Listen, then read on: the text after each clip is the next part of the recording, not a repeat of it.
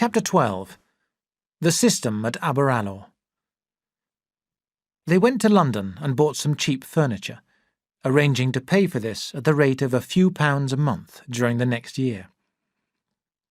On Thursday morning, Andrew began work at the West Surgery. His first patient was a man with a bad knee, who wanted a doctor's note stating that he was not fit for work. Andrew examined his knee and gave him his note. But the next 3 patients also asked for doctor's notes. Andrew got up, opened the door of the waiting room, and called out, "How many more men want sick notes? Stand up, please." 40 men were waiting, and they all stood up. It was 10:30 when Andrew finished his surgery. Then an old man with a red face walked into his room. This was Dr. Urquhart. "Heavens, man," said Urquhart, without a word of introduction. "Where have you been during these last 2 days? I had to do your work for you. Never mind, I'll say no more about it. Come and meet Gadge. He's a miserable man, but he's good at his work." Andrew followed Urquhart into another room, where Gadge, a thin man with a sad expression, took hardly any notice of him. "Well," said Urquhart, after introducing them, "is there anything that you would like to know?" "I'm worried about the number of sick notes that I had to sign this morning," Andrew told him. "Some of the men seemed quite fit for work. A doctor shouldn't give sick notes for no reason." Urquhart looked at him quickly. "Take care. The men will be annoyed if you refuse them their sick notes." For the only time that morning, Gadge made a remark. "That's because there's nothing wrong with most of them." All that day, Andrew worried about the sick notes. He decided to give no more unless they were really necessary. He went to his evening surgery with an anxious but determined expression. The crowd was larger than at the morning surgery.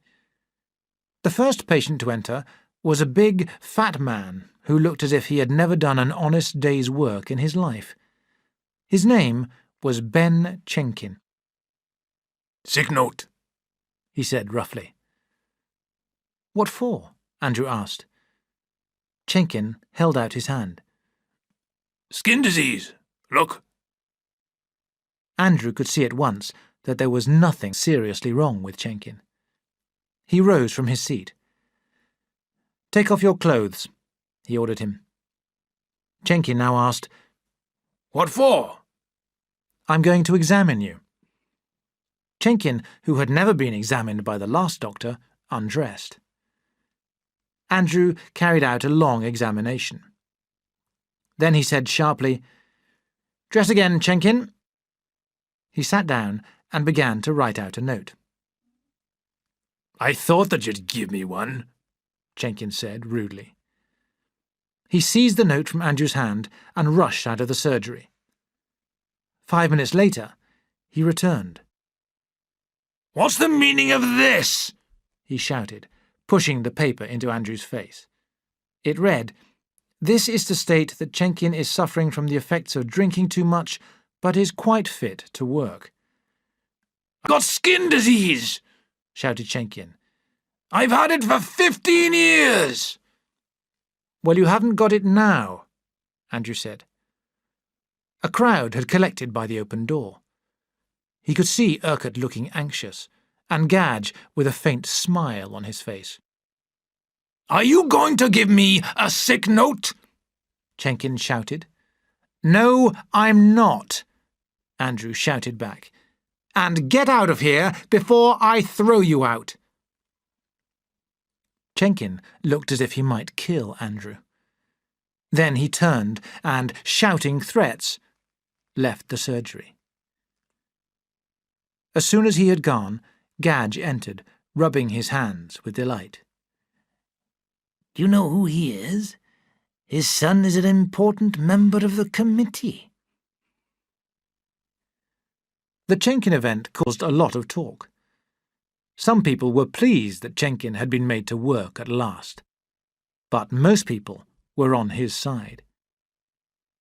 As he went round the town, calling on his patients, Andrew received many black looks. And there was worse trouble for him.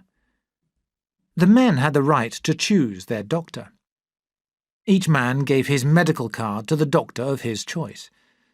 If he wished to make a change, he could ask for his card back and hand it to another doctor. Every night that week, men came to Andrew's surgery and demanded, "My card, please, doctor." Every card that he returned reduced his salary. Urquhart warned him, "Take care, man. I understand how you feel. You want to improve matters. But take care. Think before you act." Andrew soon ran into more trouble. He was called to the home of Thomas Evans, a miner who had burnt his left arm. When Andrew arrived, he found that the area nurse, who had since left the house, had put oil on the burn.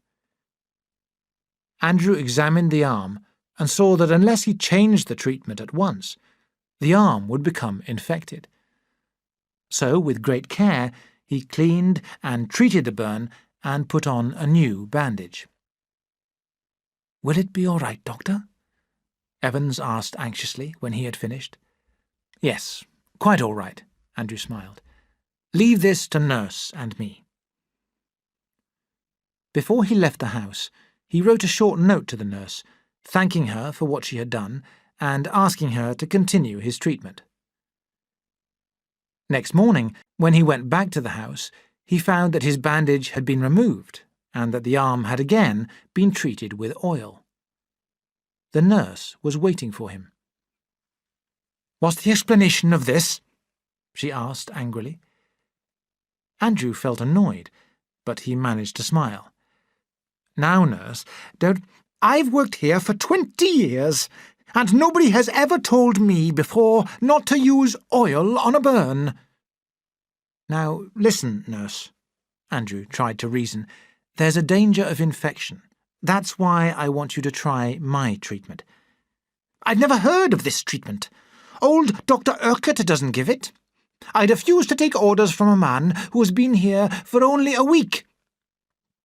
It was dangerous to quarrel with the nurse, but Andrew could not risk his patient's health. He said in a low voice, "If you won't give my treatment, nurse, I shall come in every morning and evening and give it myself." "All right, do!" the nurse shouted. "And I hope that Evans lives through it." She then rushed out of the house. In silence, Andrew attended to the damaged arm. When he left, he promised to return at 9 o'clock that night. But that same evening, Mrs. Evans went to his surgery and, in a frightened voice, said, "I'm sorry to trouble you, doctor, but can I have my husband's card back, please?" Andrew rose without a word, searched for the card, and handed it to her. When he returned home after surgery, he was very silent. After supper, he sat down beside Christine and, leaning his head against her, said sadly, "Oh, my dear, I've begun so badly." Tears came to his eyes.